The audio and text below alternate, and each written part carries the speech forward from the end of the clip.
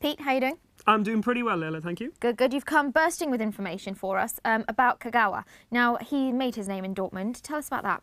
Yeah, he was an unexpected success at Dortmund. He was signed for €350,000 from Cerezo Osaka in Japan. And he initially wasn't expected to make much of an impact in the first team, but he went straight into Jurgen Klopp's side as an attacking midfielder. Played a huge part in their success in the early part of the season, should I say, because he obviously got injured in January at the Asian Cup. But before his injury, he was marked out as one of the outstanding players in the Bundesliga and one of the outstanding players in Europe at the time. He contributed 8 goals and countless passages of fantastic play for the likes of Lucas Barrios and for Mario Götze. And he really did become a key player very early on in his Dortmund career. I don't think they were expecting that impact at all. So moving on to Manchester United, where would he best fit in?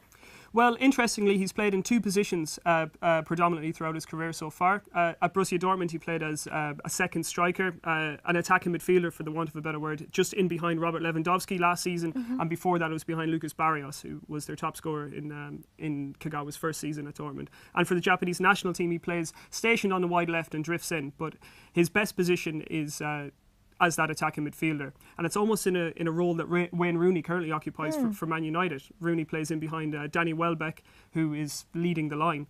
So if Kagawa was to play that orthodox attacking midfield role, then it would mean that Rooney would have to be accommodated elsewhere.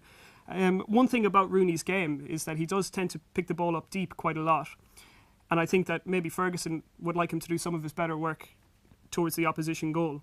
And Kagawa's chief strength is playing on the counter-attack, so picking the ball up from his midfielders. He's quick on the turn. One of his chief attributes is as a dribbler. And I think if he can get the ball wide to Nani, if he can get the ball wide to Ashley Young, and he can get the ball forward to Danny Welbeck, then I think he could play his part in some real exciting passages of play. So is he going to tie Ferguson down or give him a bit more versatility? I think he'll give him some more versatility. If you go back to Ferguson's team of 2008, when he had Ryan Giggs, Carlos Tevez, Cristiano Ronaldo and Wayne Rooney, that team was essentially a 4-2 fantasia, as they would call it in Italy. I mean, you play with 2 holding midfield players and then those 4 just roam and go wherever they want. I think with people like Ashley Young and Nani can play either side of a wide attack. And obviously Wayne Rooney is very versatile too. And Kagawa himself, as he's shown for Japan and for Borussia Dortmund, he can play anywhere. So I do think that if Ferguson is willing to let the shackles off his attacking formation, then he could be rewarded for his positivity. Fantastic. Thank you for being here, and thank you for updating us. Thank you. YouTube.com/goal is full of stuff like this and proper football too. To make sure you don't miss out, just hit the subscribe button.